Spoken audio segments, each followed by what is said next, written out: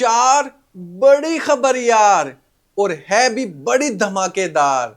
जी हां दोस्तों, बांग्लादेश के मैचेस श्रीलंका में तय पा गए हैं ऑलमोस्ट। आईसीसी ने एक नया प्लान बना लिया है जिससे आईसीसी को नुकसान नहीं होने वाला, टाइम की बचत होने वाली है, ब्रॉडकास्टर के पैसे जो कह रहे थे जाया होने वाले हैं, अरेंजमेंट करना बहुत मुश्किल हो रही है, सबका हल निकाल लिया है। हल यह है कि बांग्लादेश की जो टीम का ग्रुप था उसी को चेंज कर दिया है।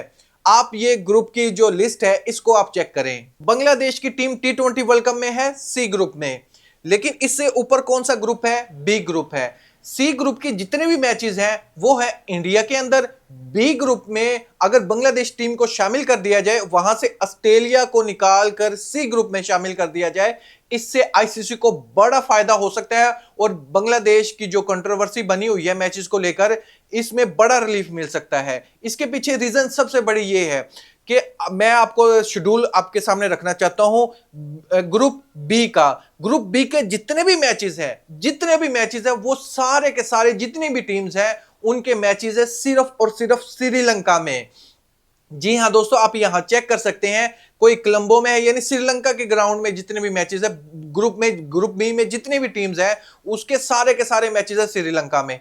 अगर ये जैसे बांग्लादेश टीम को सी में से निकालकर बी ग्रुप में शामिल कर दिया जाए, वहां से बी ग्रुप में से ऑस्ट्रेलिया की टीम को निकालकर सी ग्रुप में ऐड कर दिया जाए, आईसीसी को फायदा ही फायदा होने वाला है। रीजन सुने आप, एक तो बांग्लादेश की प्रॉब्लम हल हो जाएगी, सारे के सारे मैचेस बी ग्रुप के हैं श्रीलंका में। दूसरा एडवांटेज क्या मिलेगा? एक बेस्ट राइवलरी को आप अलग करने जा रहे थे। ऑस्ट्रेलिया और इंग्लैंड की राइवलरी को कैसे आप उससे फायदा नहीं उठाना चाहेंगे?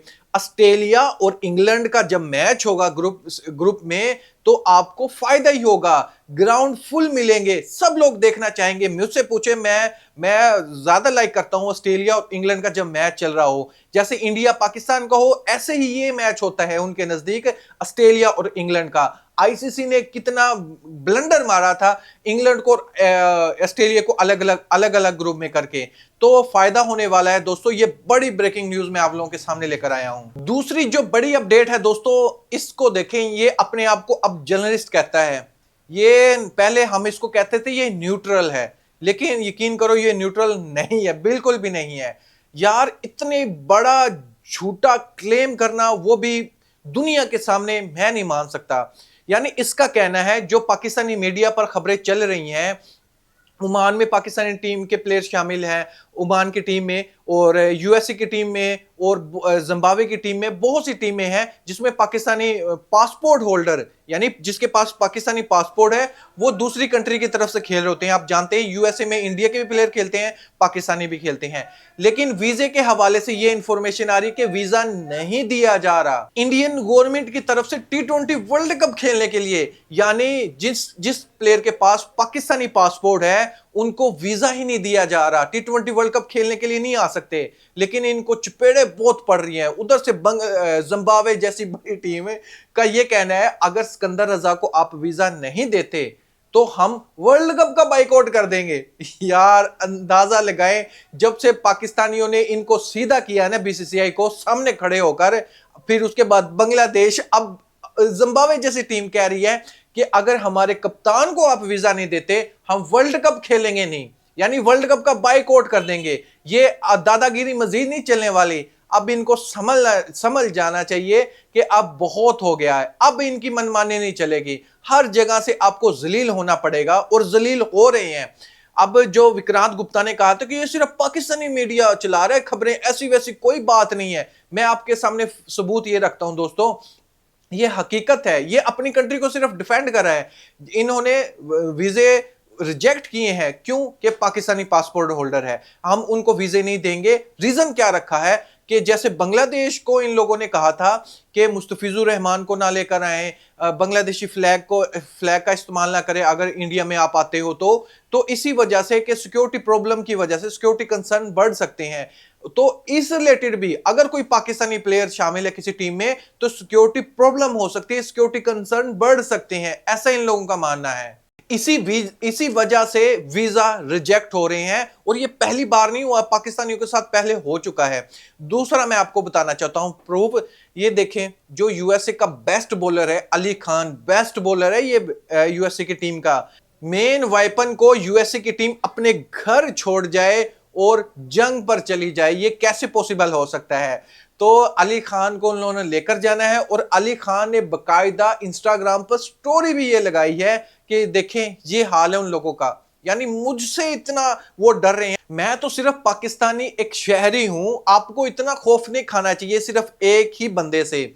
यहां तक कि बांग्लादेश की तरफ से एक और ऑफर होती है कि हमें आपको इंडिया में तो आकर हमें खेलना नहीं है, ये तो लिख के ले लें, आप कुछ भी कर ले, हम रेडी हैं पाकिस्तान में खेलने के लिए, हम रेडी हैं T20 वर्ल्ड कप के मैचेस यूएई में खेलने के लिए, हम रेडी हैं ओमान में खेलने के लिए, लेकिन हम इंडिया में नहीं जाकर खेलेंगे। क्योंकि जो इन्होंने छुरी छोड़ी थी ना क्रिक बज की तरफ से, एक इंफॉर्मेशन चलाई गई थी कि चलो भाई इंडिया में ईडन गार्डन की तरफ आप ग्राउंड में नहीं खेलते, किसी और जगह पर शिफ्ट कर देते हैं, चेन्नई वगैरह, यानी केरला वाले सुलझे हुए लोग हैं। यानी इन लोगों ने इस चीज को एक्सेप्ट कर लिया है कि एक हिस्सा हमारा जाहिल है, एक हिस्सा पढ़ा लिखा है, तो हम पढ़े लिखे में आपके मैचेस करवा देती हैं। ये इन्होंने साबित कर दिया इस बात से कि वाकई एजुकेशन क्राइम इन इंडिया, यानी आप उन लोगों को बताने की बजाय, उनको अवेयरनेस देने की बजाय, आप बांग्लादेश के मैचेस किसी और सिटी में शिफ्ट कर लें, और वो ये कहकर कि वहां पर अमन सुकून है, वहां पर ऐसा प्रॉब्लम नहीं होगी, प्रोपेगेंडा नहीं होगा, क्योंकि वो सुलझे हुए लोग हैं, वहां पर ऐसा कुछ भी नहीं होता।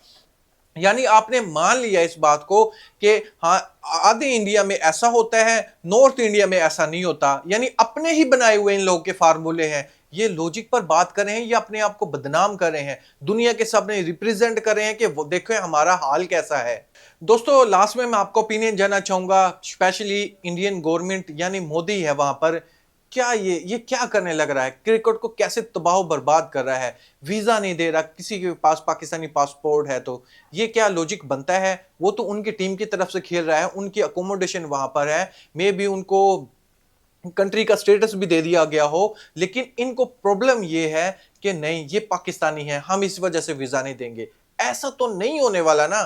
T20 वर्ल्ड कप आईसीसी करवा रहा है, आपके अब्बू का ये वर्ल्ड कप नहीं है जहां पर आपकी मनमानी होगी। ये इंटरनेशनल काउंसिल है, बेशक चेयरमैन आपका है, लेकिन सदा कुर्सी आपके पास भी नहीं रहनी। जब जैसे एशिया कप में आप लोगों को मार पड़ी है ना मोहसिन नकवी के पास जब प्रेसिडेंट की कुर्सी आई थी, ऐसे ही जब पाकिस्तान का मौका आएगा ना, फिर आप रोते हो, पहले ही बहुत रोते हो, फिर और चीखें निकालोगे आप। ये याद रखना, आप ये वक्त भूलो ना, जितना आप गड़ा खोदोगे किसी के लिए, गिरना आपने ही है कल को आकर उसमें।